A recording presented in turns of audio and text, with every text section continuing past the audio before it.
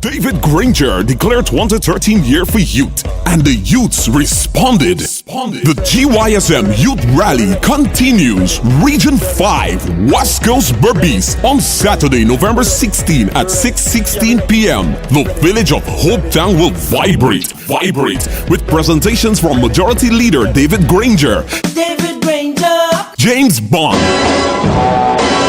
Christopher Jones and Walker, Carol Joseph, Annette Ferguson, Codbrad, Javon Stevens, and the local sound system will bring up the rear. It's the GYSM Youth Rally, Saturday, November 16th at 6:16 p.m. Hopetown, West Coast Berbice. We're ready for the road.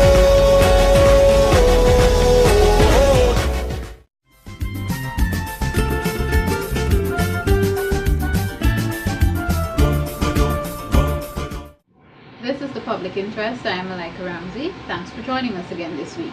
This week we focus on parliamentary democracy. And the focus on parliamentary democracy comes at a very appropriate time. Thursday, the 7th of November 2013 marked another sitting of the National Assembly. And coming out of that sitting, we saw a bill being voted down by a Partnership for National Unity, and I should say Alliance for Change. But to clear that up and to give you details of exactly what happened at that sitting and why APNU continues to call for parliamentary democracy, with me, as usual, is leader of the People's National Congress Reform and leader of the opposition, Mr. David Granger. Welcome, sir. Thank you very much, Malika. All right. First off, Mr. Granger, there are some sections of society who are already laying blame at the feet of the opposition or accusing the opposition of trying to stymie the work of the National Assembly, especially as it regards the anti-money laundering bill. Shed some light on what happened, sir. Well, on the contrary, APNU and AFC together advanced democracy on the night of the 7th of November by ensuring that a badly flawed bill was not allowed to pass and was not inflicted on the Guyanese people. Let us get one thing straight about anti-money laundering and countering financing of terrorism. This matter has been on the table for 13 years. We first had an anti-money laundering bill in Guyana in 2000, and the PPP was in power all the time, and the PPP never implemented the provisions of the anti-money laundering bill. In fact, things got so bad that under pressure from the United States and other international financial institutions, they completely overhauled it and introduced a new act in 2009, 4 years ago, the Anti-Money Laundering and Countering Financial of Terrorism, because by that time the United States was concerned about the linkage between dirty money and terrorist activities. But since that act was passed 4 years ago, the PPP again did nothing. They set up an FIU, a Financial Intelligence Unit, which never submitted a report to the National Assembly, which had no staff, never had a single prosecution. So it was not until the Caribbean Financial Action Task Force raised objections, made recommendations, and threatened the government of Guyana with blacklisting, that in April this year, the government finally brought some amendments. So in fact, you cannot blame the opposition, you cannot blame a Partnership for National Unity, you cannot blame the Alliance for Change, because the government of Guyana, the PPP, has been sitting down with anti-money laundering legislation for the better part of 13 years. Now, when the matter came before the National Assembly, we realized it was so complicated that it was not a matter of yes, no, agreeing or disagreeing. The matter had to be referred to a special select committee so that we got the best advice. And we started working on it. In fact, we asked for memoranda from civil society, and we got a huge dossier from Professor Thomas. I think other people submitted recommendations. But we were actually in the process of amending the act when, I think it must have been like the 22nd of October, the government chief whip, the government MP, Ms. Gail Teixeira, she's the government's advisor on governance, she's the chair of the committee, but she attempted to call a meeting of the Special Select Committee. At that time, two members of the committee were accompanying me to meet the president to discuss the Venezuelan aggression. So that is the reason why we couldn't attend. And the next day we had a shadow cabinet meeting, and I had to brief the shadow cabinet meeting on a meeting with the president. Now the government has its cabinet meeting on Tuesday morning, and the opposition has its shadow cabinet meeting on Tuesday afternoon. But Mr. Scheer apparently refused to accept that explanation and went ahead with and closed off the sessions of the select committee and submitted a report. So what has happened is that the report that came before the National Assembly on the night of the 7th of November was incomplete. The committee never finished its deliberations, and the members did not agree to it. So we could not approve it because it's a bad bill.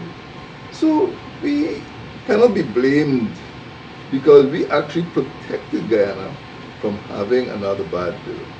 Now let me add to this. I know it's a long-winded answer, but the Caribbean Financial Action Task Force has been engaging Guyana for several years, and it has warned Guyana about its failure to comply with international norms. And that is why Guyana was not even on a blacklist yet. It was on what we call a dark gray list. That means it was under surveillance. And the government of Guyana did nothing to put itself in order.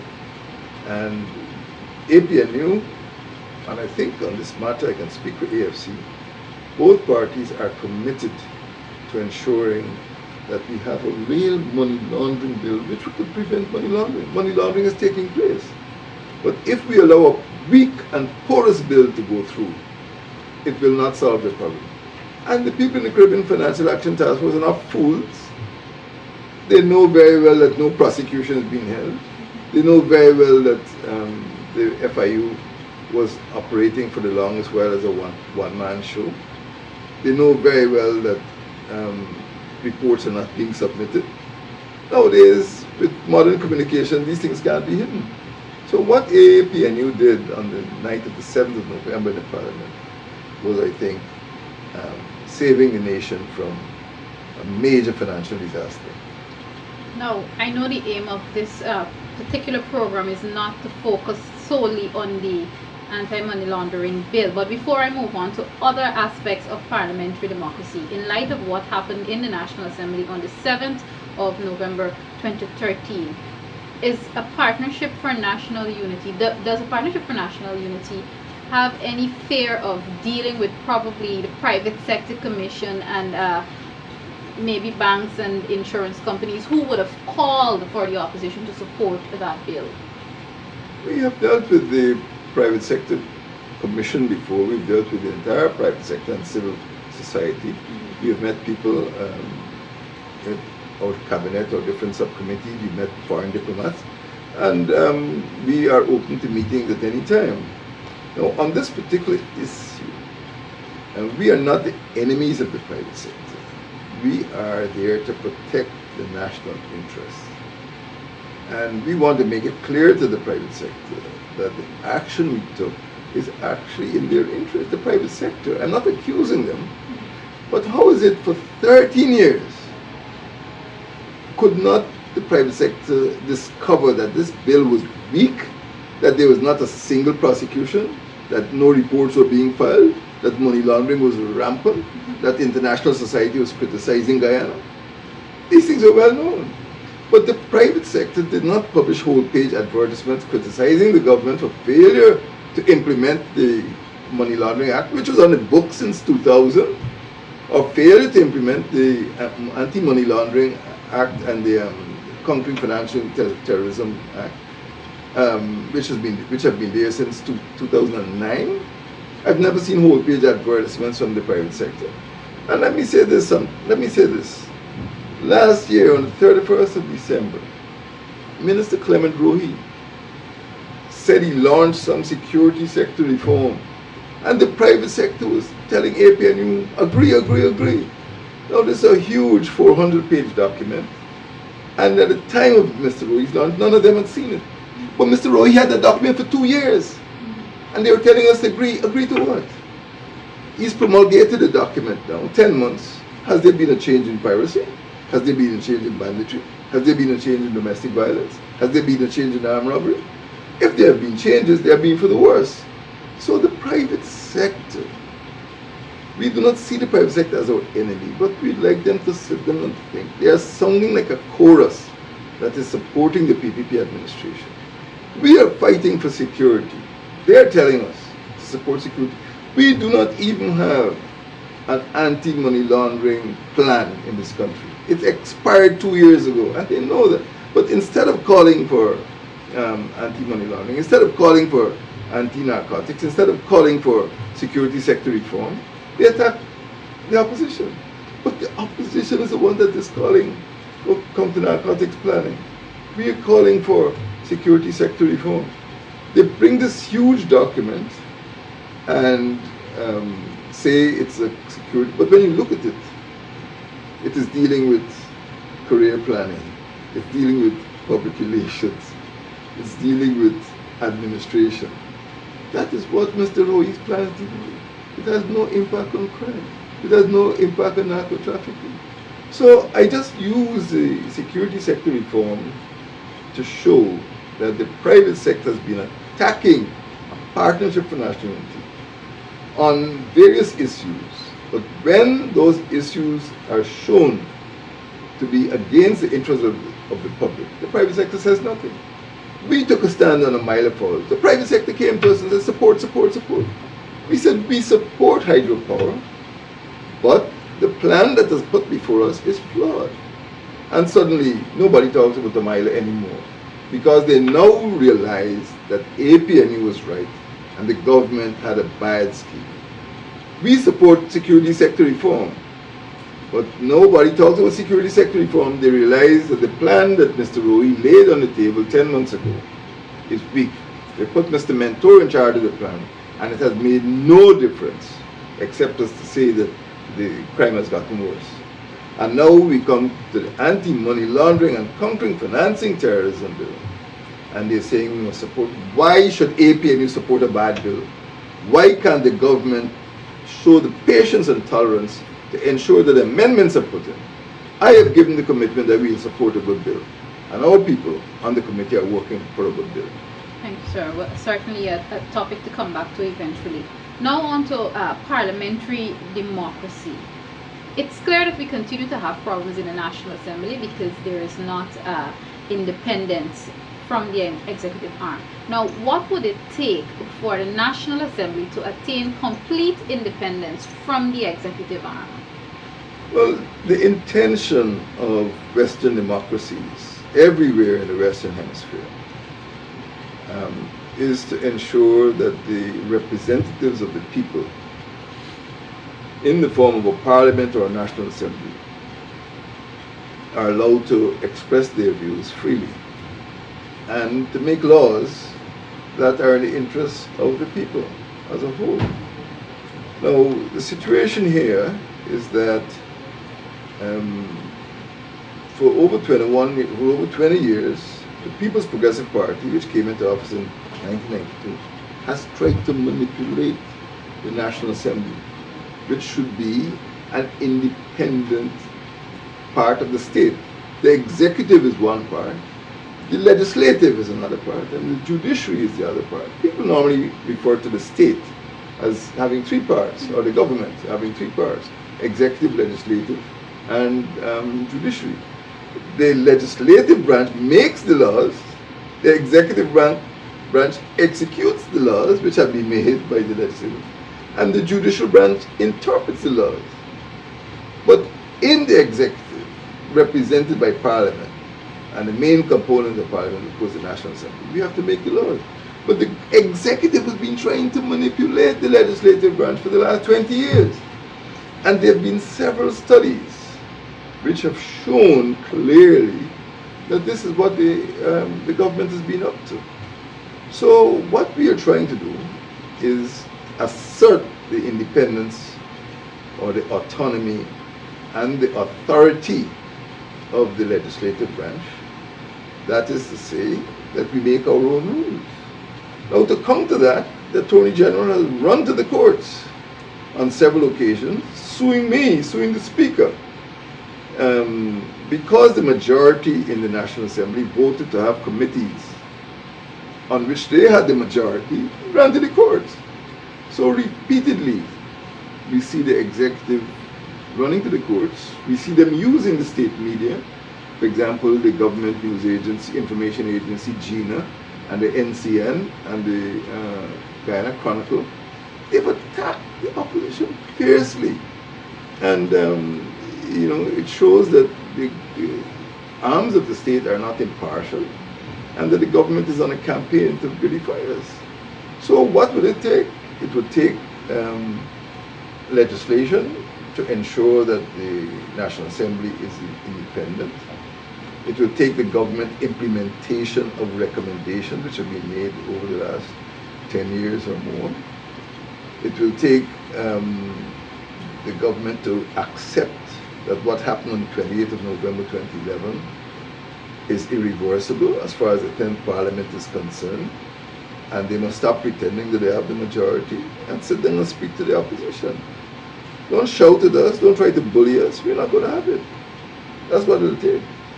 You raised a number of things there. I want to start, before I even come to the resorting to the High Court, I want to start off with recommendations, expert recommendations as APNU describes them.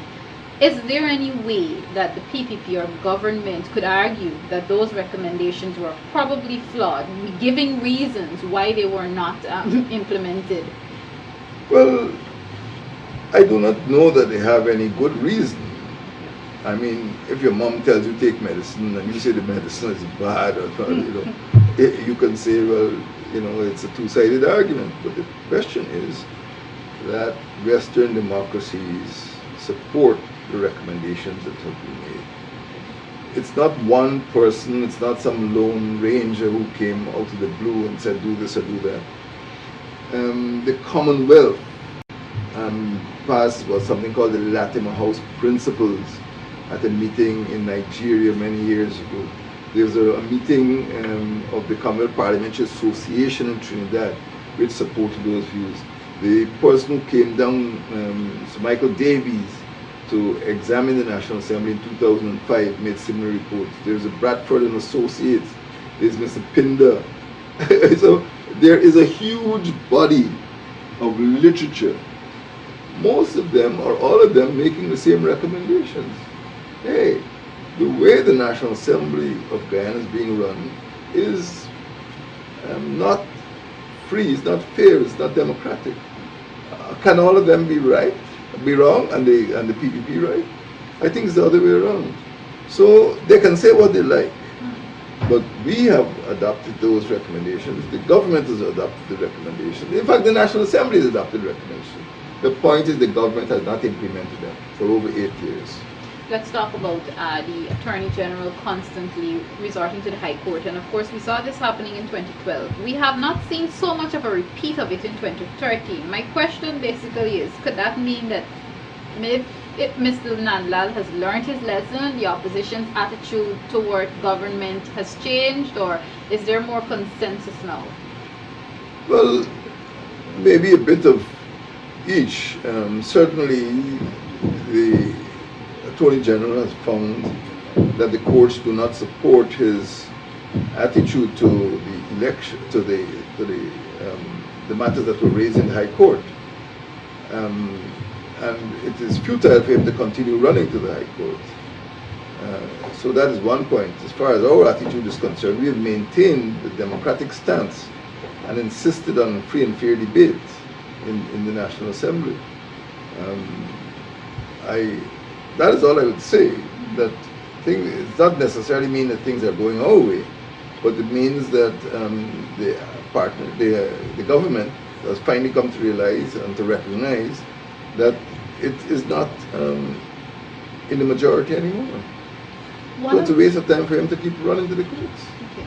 One of the other things that yourself and the Partnership for National Unity would have said that was hampering parliamentary democracy is the fact that the president clearly stated that, look, he's basically withholding assent to certain bills. Now, in any time during your meetings with him or otherwise, is there an indication that maybe his position there would change?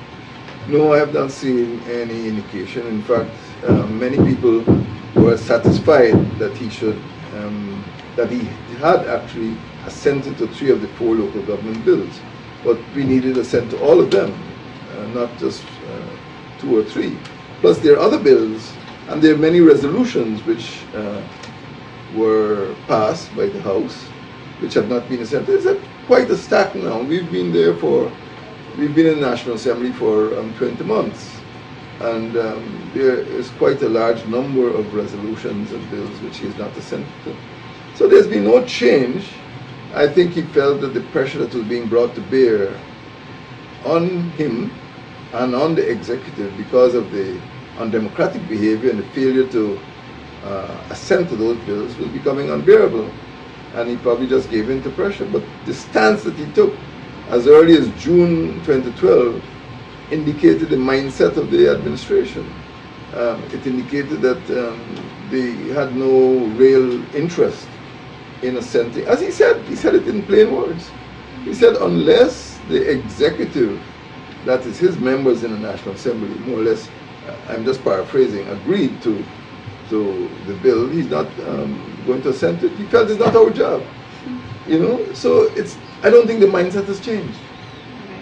But the Partnership for National Unity still holds on to the position that you should be involved in certain decision-making policies. We are the legislative body, and we should be involved in anything, any law making that affects the people of Ghana. Let's talk about the misuse of the media. Do you see a light at the end of the tunnel, especially regarding the state media? Because I've spoken to a few persons, and people are saying, okay, if we stand up for our rights, as you want us to say, and not want to report these things that opposition is calling propaganda or whatever, there's still the bread and butter issue. How do we move on? We may not be able to get jobs easily. How do you respond to such sentiments coming from these persons who may not want to report the things that they're forced to report but have no choice? Well, we are interested in democratic governance, and by and large, the things that the government has been doing in terms of the control of the media, in terms of running to the courts, in terms of failure to implement recommendations, failure to assent to bills, we feel that there is light at the end of the tunnel. We feel that the government will eventually learn that the opposition can't be pushed aside or bowled over. I have written to the Speaker about the reports of the media. I've compiled a dossier which I sent to the international community, showing how the government has been calling the opposition in, using, I don't know any country in the Western Hemisphere where the state could use state resources for purely political purposes. You go and look at GINA reports. PYO celebrates its anniversary. PPP has a convention or rally at Lusignan or Tain. It's a PPP news arm. I don't see any light. When I meet the president, I say, hey, what's going on? We cannot have a democratic society when the PPP is using the state media to beat up on the opposition. I don't see any light, but we maintain our pressure. I explained to the people at GINA, in writing of course, that if they want a better life, if they want to avoid cuts, they must speak to Mr. Donald Ramata, who has the responsibility for mass communication under the PPP cabinet system. And he is the person who must reform GINA, reform NCN, reform Guyana Chronicle, so that they become reflective of the views of the people of Ghana, and not the views of the PPP alone. Recently, Mr. Trotman, the Speaker of the National Assembly, he has also done some interactions with the media calling for there to be autonomy as it regards the National Assembly. Does this indicate that APNU is working along probably with the Speaker himself? I could use the word collusion because you may be accused of that, for pushing for this greater autonomy. How close are you working with the Speaker to achieve that goal? The Speaker is an independent person. We don't have to work with him. He ought to know what he should do. From time to time we meet, and if you have concerns, we bring those concerns to his attention. But I do feel generally that he is committed to the autonomy of the National Assembly. I don't have any reason to doubt his sincerity.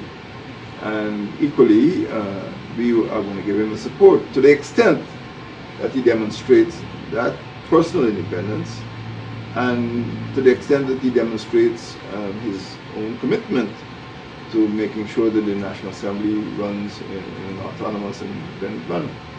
So it is not an unconditional support, but I do believe his heart is in the right place, and we will continue to work with him in that regard. He's not asked us for help, but I expect him to do his duty. I think he's aware of his duty.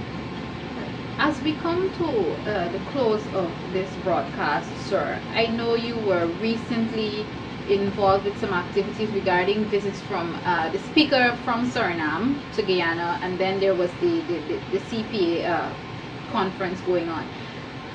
Is there anything that occurred during those meetings and those consultations that Guyana can probably take away from that to better our own parliamentary system? What generally, what has APNU, and probably, I don't know how much you can speak, but what has APNU and AFC probably learned from those interactions? Well, on my part, I would say that we have not learned anything new. Suriname is very interesting because it's a multi-ethnic society.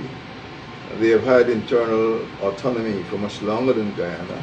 As you know, they used to be part of what is called the tripartite kingdom, in which they enjoyed a measure of autonomy within the Netherlands and the Netherlands Antilles for a long time.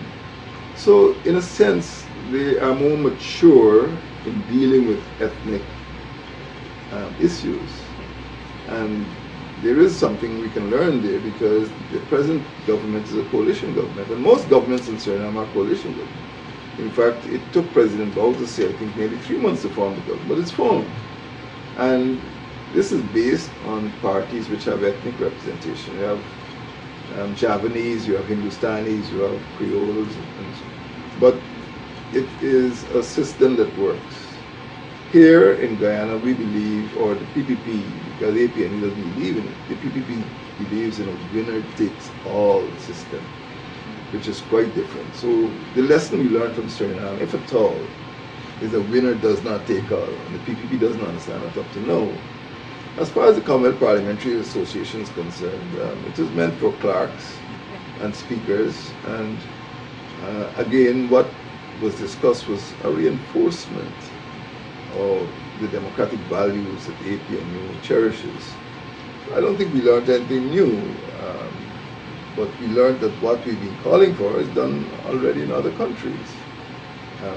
And you know, for example, a small matter, it may seem like a small matter, that after the National Assembly approves a bill, the clerk is required to send it to the President. Now, in the past, the clerk sent it to the political minister called the Minister of Legal Affairs and Attorney General. And that is exactly what happened with the local government bills. The law calls for it to be sent from the clerk without delay to the President. And that's what we've been saying. So I can't say we learned anything, but we were vindicated. We were supported by other countries who said, hey, this is what we do, this is the way to do. So they were useful encounters, but I would say that the PPP has a lot to learn about governance. All right. In our final 60 seconds, I cannot let the opposition leader go without, even though I know there's a motion before the Parliament regarding veterans, I cannot let you go without greeting our veterans as we approach Veterans Day. Your thoughts, sir? Well, thank you for that opportunity. On Sunday, the 10th, we will be celebrating what is called Remembrance Day. In fact, the actual day is the 11th, but in the Commonwealth, we celebrate the day or the Sunday, which is closest to the 11th, and of course that will be Sunday the 10th. It comes about because at the 11th hour, that's 11 o'clock in the morning, of the 11th day, that's the 11th of November, of the 11th month, that is November, the armistice was signed between Germany and certain countries which had been fighting the First World War. So it's a tradition from 1918 that the 11th hour, 11th day of the 11th month is the time when the armistice was actually signed. And we still honor our veterans. There is a war memorial at the corner of Church and Main Street. And there's a military parade and members of the armed forces, police and other uniformed services parade. But we also have, as part of that parade, in pride of place, persons who had served.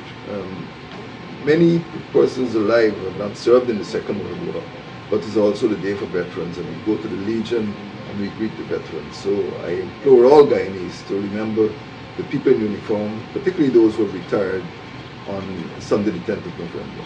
Thank you very much, sir. Leader of the People's National Congress Reform and Leader of the Opposition, Mr. David Granger. This has been another edition of The Public Interest. I am Malika Ramsey. Thanks for watching.